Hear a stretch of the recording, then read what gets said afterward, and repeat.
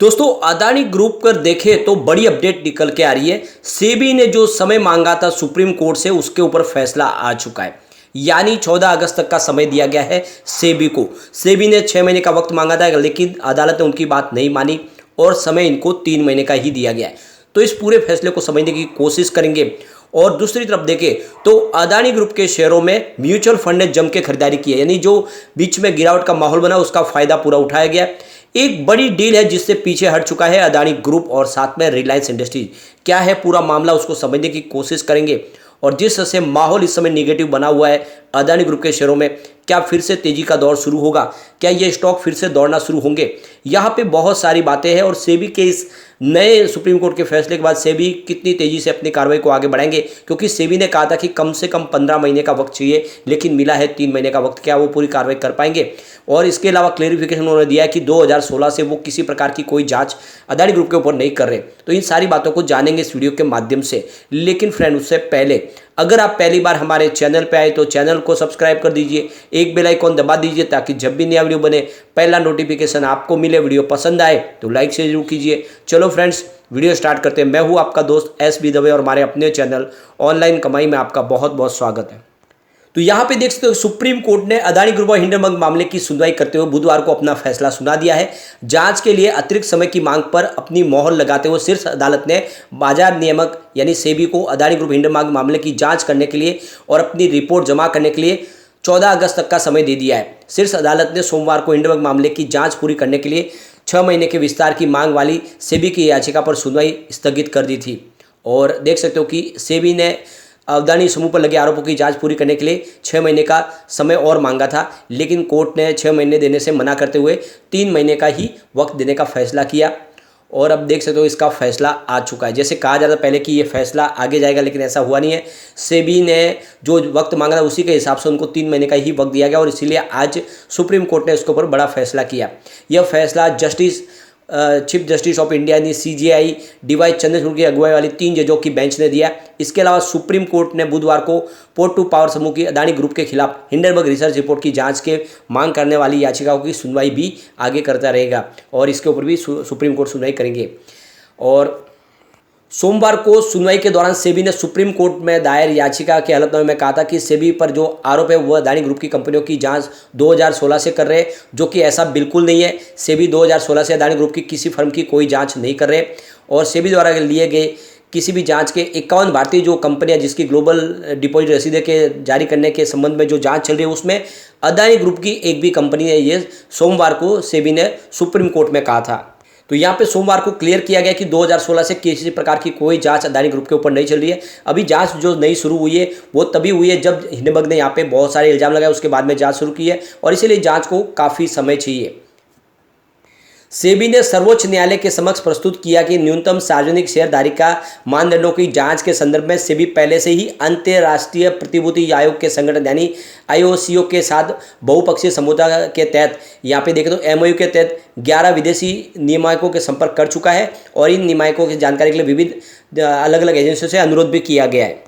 Solicitor general Tushar Mehta ने supreme court को सूचित किया कि सेबी जांच करने के लिए समय बढ़ाने की मांग कर रहा है और किसी निष्कर्ष पर पहुंचने के लिए 6 महीने की जरूरत है। हालांकि अदालत ने सेबी को 6 महीने का समय देने से इनकार करते हुए 3 महीने का ही समय देने पर विचार करने को कहा। सेबी ने सुप्रीम कोर्ट को बताया उसके द्वारा दायर समय के विस्तार के लिए आवेदन का मतलब निवेशकों को और प्रतिभूति हित के लिए ये दोनों के हित को ध्यान में रखते ही इसको हमें इस जांच के लिए अतिरिक्त समय चाहिए। लेकिन यहाँ पे सुप्रीम कोर्ट ने उनकी बात को पूरी तरह से नहीं माना, बल्कि उनको समय तो जरूर दिया लेकिन 3 महीने का समय दे दिया है। सबसे बड़ी बात है कि सेबी की तरफ से कहा गया था कि 12 लेन देन ऐसे हैं जिनके ऊपर हमें जांच कर दी और ये डायरेक्ट इसमें लेन देन नहीं है, उसमें बहुत सारी आप देखें तो इसमें जटिल है, ये जो अत्यधिक रूप से जटिल और इसमें जो एक प्रथम दृष्टया ये नोट किया गया है कि ये जो लेन देन है इसमें बहुत सारे अलग अलग ट्रांजेक्शन है और अलग अलग देशों के अंदर है, उसमें काफ़ी समय लग सकता है। और ये सारी बातें होने के बाद भी देखते तो सुप्रीम कोर्ट ने आखिरकार में आज फैसला किया है और इनको आप देखें तो 14 अगस्त तक का समय दे दिया है। तो कुल मिला के सुप्रीम कोर्ट ने यहाँ पे 3 महीने के हिसाब से ही वक्त दिया है और इसमें सेबी को अपनी पूरी जांच रिपोर्ट पेश करके सुप्रीम कोर्ट को सौंपनी होगी। अब यहाँ पे एक बड़ी अपडेट और निकल कर आ रही है, जैसे कि पिछले दिनों खबर निकल कर आई थी कि फ्यूचर रिटेल को खरीदने के लिए अदानी ग्रुप और अंबानी ग्रुप दोनों ही इंटरेस्टेड है। लेकिन अब जो लेटेस्ट अपडेट निकल के आ रही है, अंबानी और अदानी दोनों ही इस रेस से बाहर निकल चुके हैं और दूसरी 6 कंपनियां यहाँ पे बोली लगाई है। उन 6 कंपनियों में जो काफ़ी मशहूर नहीं बल्कि छोटी छोटी कंपनियां हैं। तो यहाँ पे देख सकते हो गौतम अदानी ग्रुप और मुकेश अंबानी ग्रुप की रिलायंस रिटेल ने फ्यूचर रिटेल की फाइनल बिडिंग प्रोसेस में हिस्सा नहीं लिया है। फ्यूचर रिटेल के लिए बिडिंग के फाइनल राउंड में 6 कम मशहूर कंपनियों ने ही बोली लगाई है।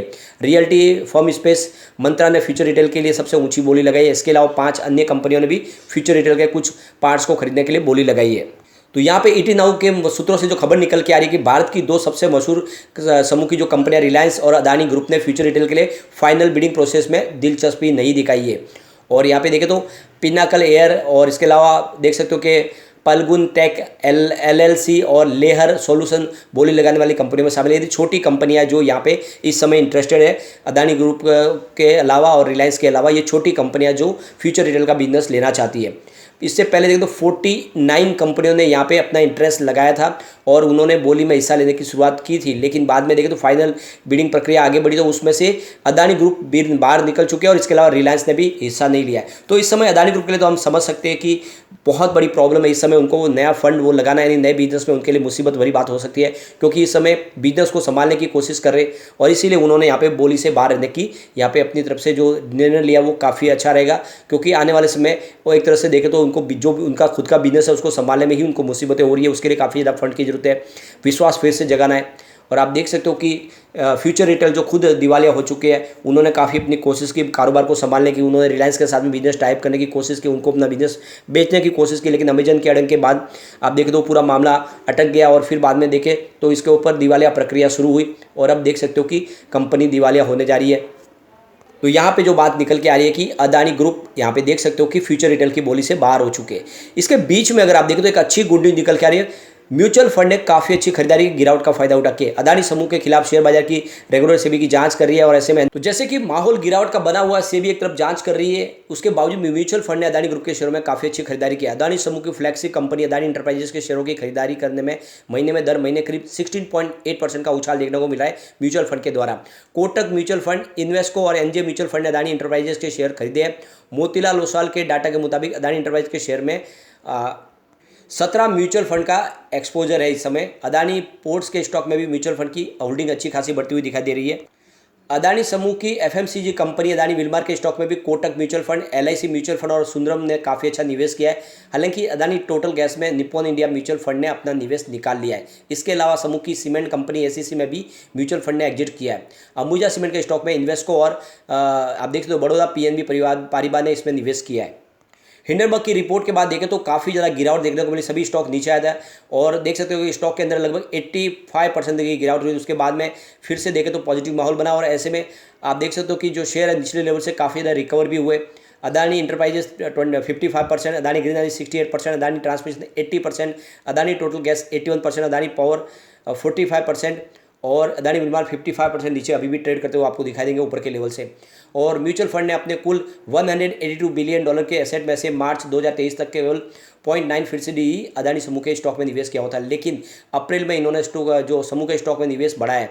नोमा वेल्थ मैनेजमेंट के डाटा के मुताबिक मीरे इन्वेस्टमेंट मैनेजर्स और HSBC एसेट मैनेजमेंट ने मार्च महीने में इन समूह की कंपनी में काफ़ी अच्छा निवेश किया है। तो आप देख सकते हो कि इस गिरावट का फायदा उठा के म्यूचुअल फंड ने जम के खरीदारी की है अदानी ग्रुप के शेयरों में। तो इसका पॉजिटिव इफेक्ट आने वाले समय देखने को जरूर मिलेगा। और अब देखो सुप्रीम कोर्ट ने 3 महीने का वक्त दे दिया, फैसला जल्दी आएगा। लेकिन फ्रेंड, कोई भी इन्वेस्टमेंट करने से पहले अपने फाइनेंशियल एडवाइजर से बारे में ले ले या अपना खुद का रिसर्च करें, क्योंकि मैंने वीडियो आपके एजुकेशनल पर्पज के लिए ही बनाया। वीडियो पसंद आए तो लाइक से जरूर कीजिए और चैनल को सब्सक्राइब कर दीजिए। Thank you friend.